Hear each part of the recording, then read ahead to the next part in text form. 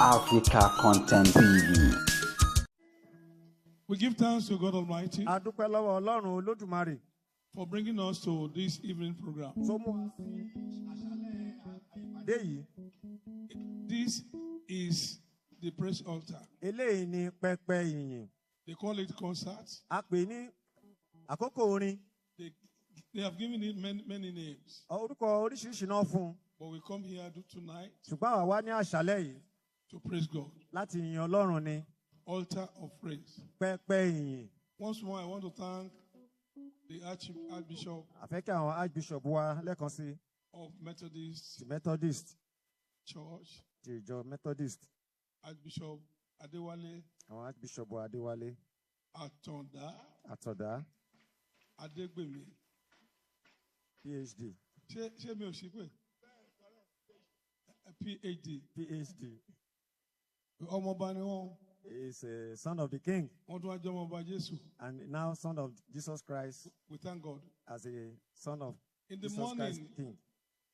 This morning, Ní òwúrọ̀ yìí, at the ministers and all church workers nínú ìpàdé conference, ti àwọn òṣìṣẹ́ àti àwọn òjíṣẹ́ Ọlọ́run, great men of God have ministered. àwọn òjíṣẹ́ Ọlọ́run ńláńlá ló ti ṣiṣẹ́ And I ìránṣẹ́. must tell you that we are happy to have Reverend Idowu Animashaun A ní àwọn bàbá wa Ìdòwú Animashaun láàrin wa. here again.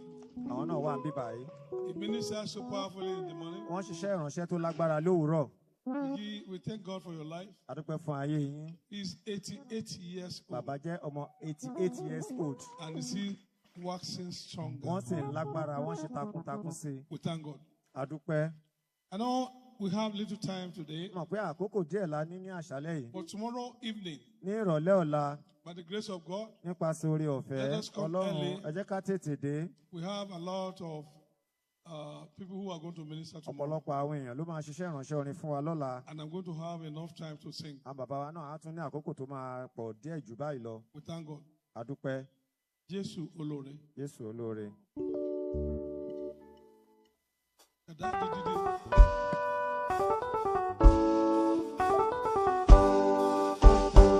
Thank you. I said, okay, you are right.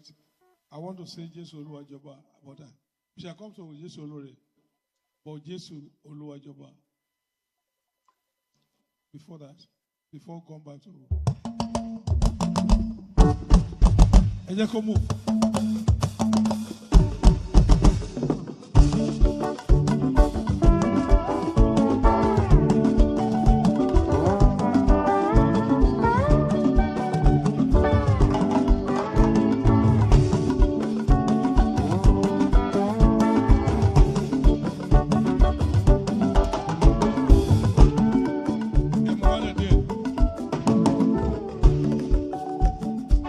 Bá ń ṣiṣẹ́ orin báyìí,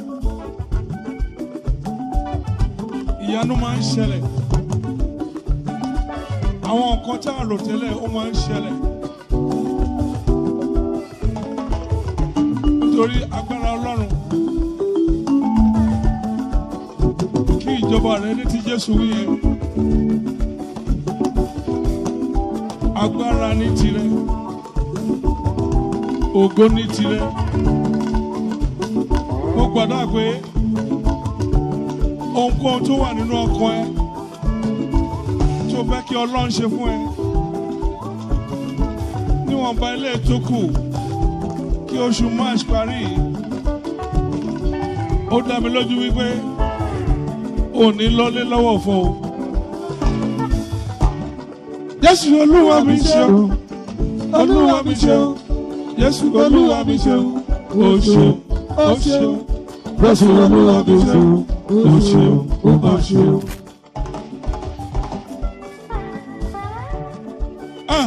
Thank you, Jesus. Thank you, Jesus. Yes. Thank you, Jesus. Thank you, Jesus. Thank you, Jesus. Jesus. Thank you, Jesus. Thank you, Jesus. Jesus. Thank you, Jesus. Ẹ jẹ́ ká ṣe bá bàbá Ẹlẹ́dùmarè. Ṣé olóògbà gbogbo wa lọ́wọ́ ọjà o? ẹ jẹ́ ká ṣe bá ọba Ẹlẹ́dùmarè. Ọlọ́run ló dáàbò bò wá lọ́wọ́ ọ̀tá o. Ẹlẹ́dùmarè bàbá lókè o, ẹ ṣé o.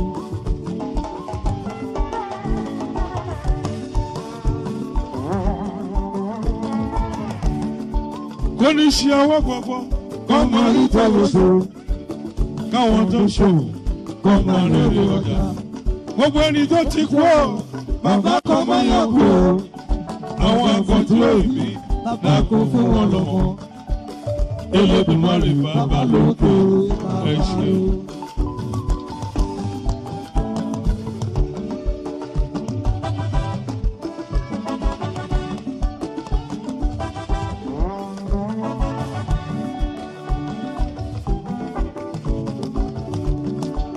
Bàbá wa ti fẹ́ lọ́rùn, ọ̀wọ̀ ní forúkọ rẹ̀. Kí ìjọba rẹ̀ dé o. Ìfẹ́ dídẹ́ ní ká ṣe láyé o. Bí wọ́n ṣe ń ṣe lọ́rùn. Thank you, Jesus. Thank you, Jesus.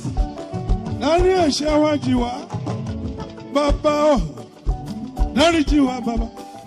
Dáríjì wá ọmọ. Dáríjì wá ẹ̀mí mímọ́. Dáríjì wá bàbá.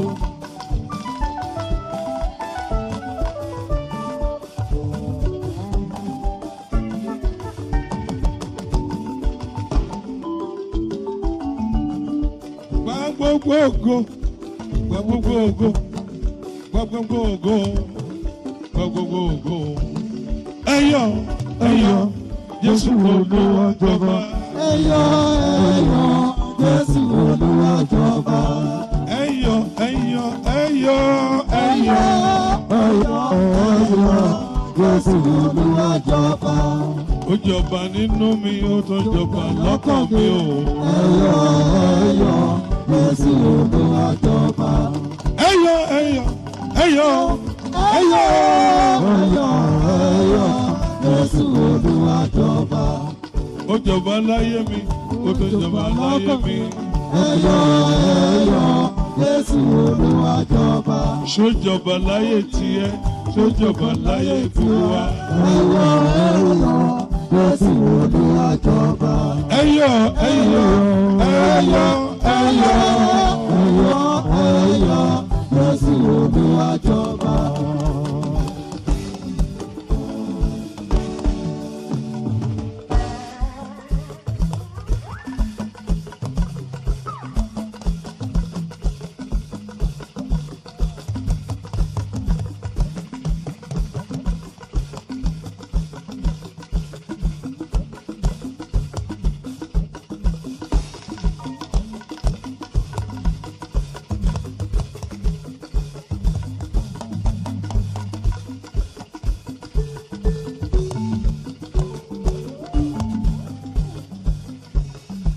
Down, down, Satan. Up, up, Jesus.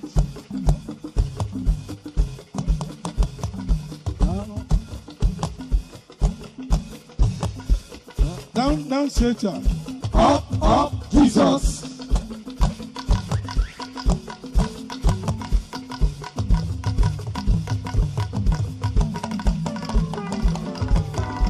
Ẹyọ, ẹyọ, ẹyọ, ẹyọ.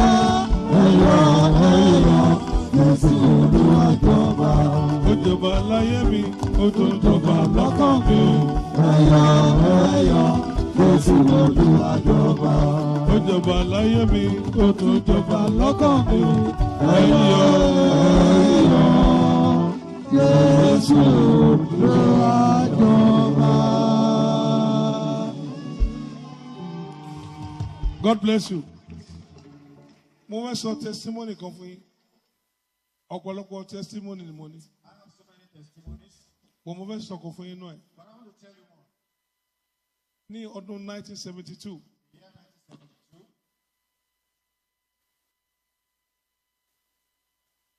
Mo wà ní hospital. Ní St. Nicholas Hospital, Lẹ́kọ̀ọ́. The India doctor tó ń tọ́jú mi tó ń wà nínú àwọn doctor wọn tó ń tọ́jú mi bẹ́ẹ̀. doctor that is care of me. Wọ́n sọ fún mi pé I'm very sorry. Ó ṣe mí láàánú o. With this hypertension that you have. Pẹ̀lú ẹ̀jẹ̀ ríru tẹ́ ẹ níyìí. You only have 15 more years to live. Ọdún 15 péré ló kù tẹ́ máa lò láyé. That was 1972. Ní ọdún 1972. But I have a God. Ṣùgbọ́n mo ní Ọlọ́run. Who never fails. Tí kì í kùnà. Ọ̀rọ̀ ayé mi fúnra mi kò tiẹ̀ yé mi. The matter concerning my life, I don't even understand. Nítorí Ọlọ́run ló ń control ayé yẹn. Because the only God that is controlling that life. Ọ̀pọ̀lọpọ̀ àwọn èèyàn ti sọ nǹkan fún mi tí ò dẹ̀ ṣe. So many people have said so many things concerning me, but never come to pass. Pé mo kú ó ti lé lẹ́mẹ̀ẹ́dógún. They have said I'm dead severally. They said Obey died today, died.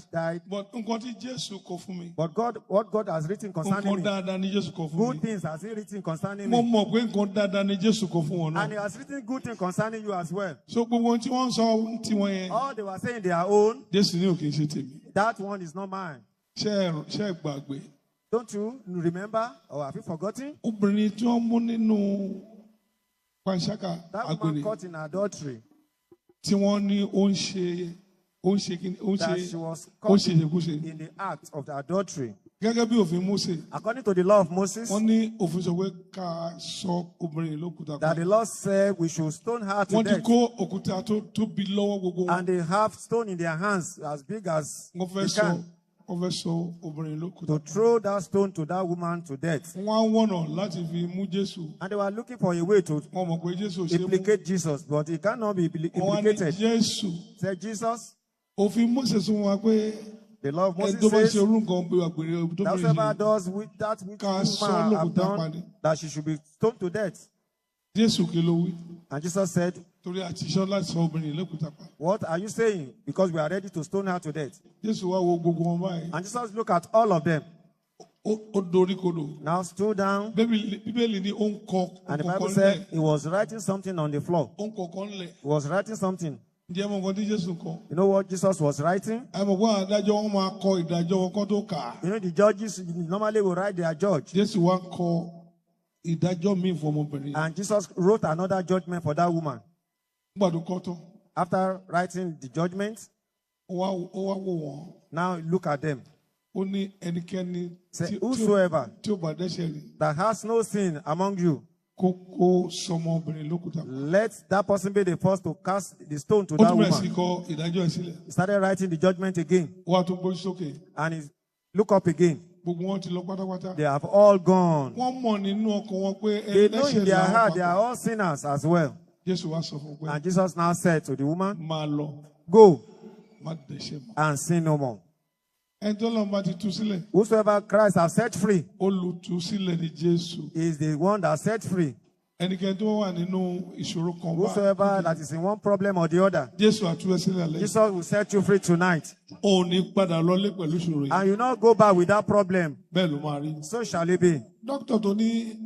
The doctors have said I have just 15 years to live. If you can count it back from 1972 and 15 years, from 1972. 1972. 72. There will be 10 to 72. Add the 82. 82. 75. 87. That is supposed to have died around 1987 with the pronouncement of the doctor. But they were to 1987. And look at it from that 1987 see 2026 to 2026. By next year, that will be 50 years exactly. I'm still alive. I'm still in the neck of Jesus.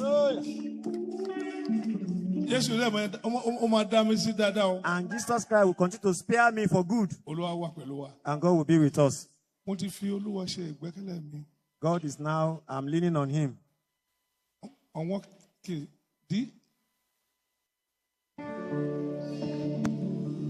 Mo ti fi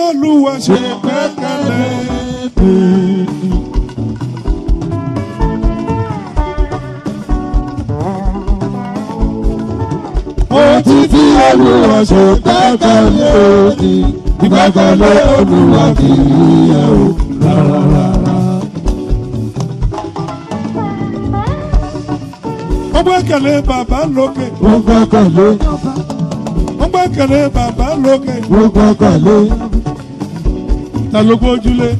Jésù ni mo gbójúlé. Ta ló gbójúlé? Jésù ni mo gbójúlé. Ajáfara tì bí òkè ni mo gbójúlé.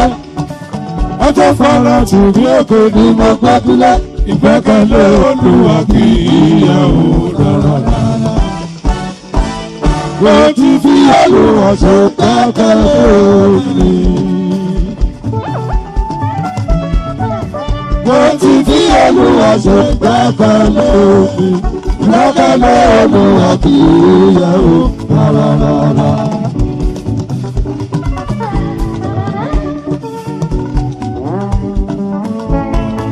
Máa ń wá ika. Máa ń wá ika. Tètè gbọ́ tí Jésù lóní. Máa ń wá ika. Máa ń wá ika. Tètè gbọ́ tí Jésù lóní. Máa ń wá ika. Máa ń wá ika. Tètè gbọ́ tí Jésù lóní. Máa ń wá ika. Máa ń wá ika. Tètè gbọ́ tí Jésù lóní. Lákùnyé o, lákùnyé o, lákùn máa ń wá ika. Tètè gbọ́ tí Jésù lóní.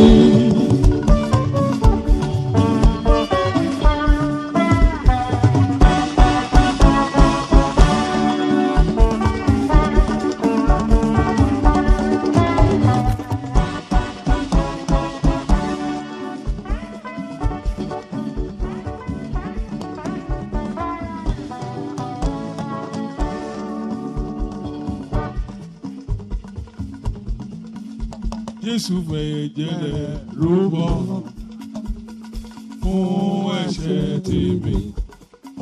Jésù fẹ̀jẹ̀ rẹ̀ rúbọ fún ẹ̀ṣẹ̀ tirẹ̀.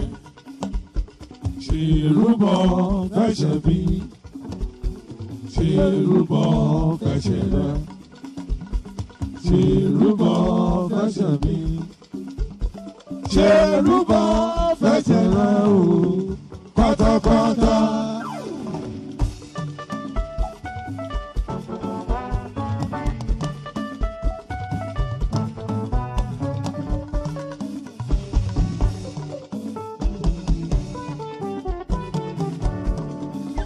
Ó san gbogbo rẹ̀ ní Calvary. Ó fẹ̀jẹ̀ rẹ̀ rúbọ.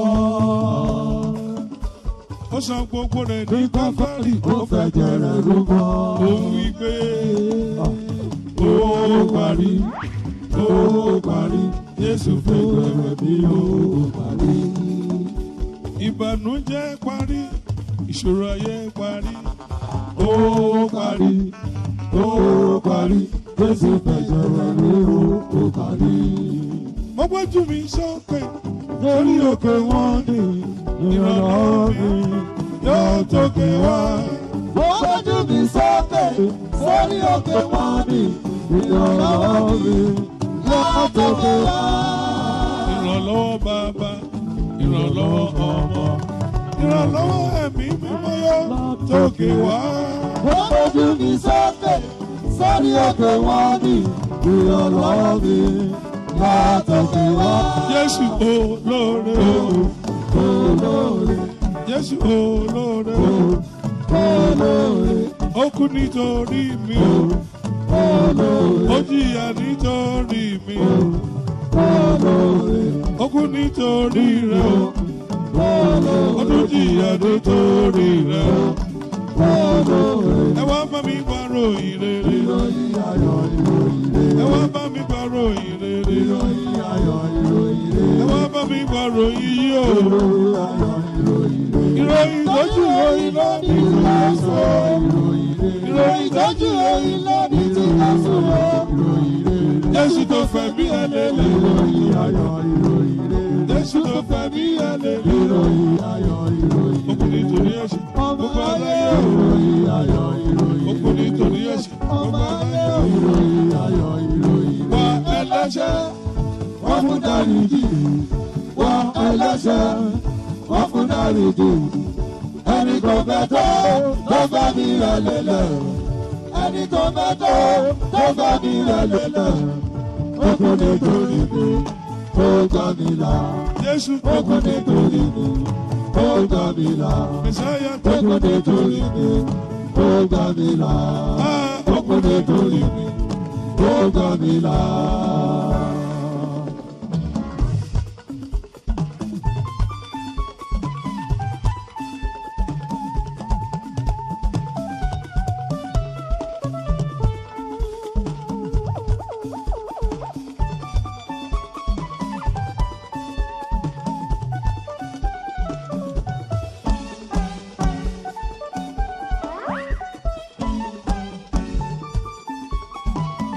Ẹgbẹ́ga ẹgbẹ́ga ẹgbẹ́ga ẹgbẹ́ga fẹ́mi Jésù lógo gbogbo aráyé ẹ bá mi gbéga gbogbo ọkùnrin ẹ bá mi gbéga ẹ bá mi Jésù lógo gbogbo pásọ̀ ẹ bá mi gbéga archbishop ẹ bá mi gbéga. Gbogbo bishop ẹ bá mi gbéga, ẹ bá mi Jésù lógo. Gbogbo choir ẹ bá mi gbéga, ẹ bá mi Jésù lógo. Nítorí ẹni máa ṣàwọn ẹ bá mi gbéga, nítorí òbí ẹ bá mi gbéga, nítorí akílàdé ẹ bá mi gbéga, ẹ bá mi Jésù lógo.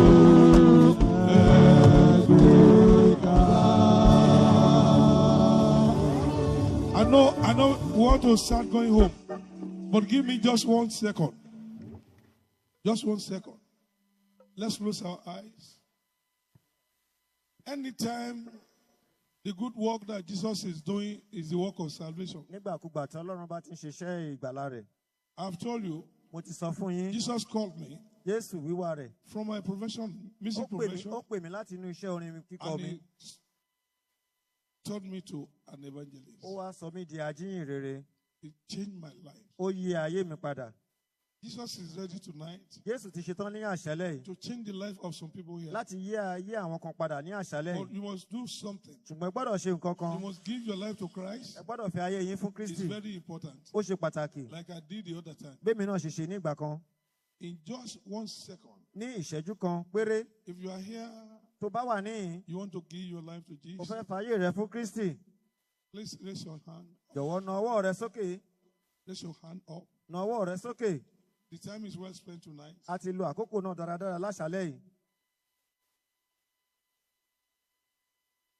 If you are here, there, you have raised your hand up. Just say these prayers after me. Lord Jesus, I come to you tonight.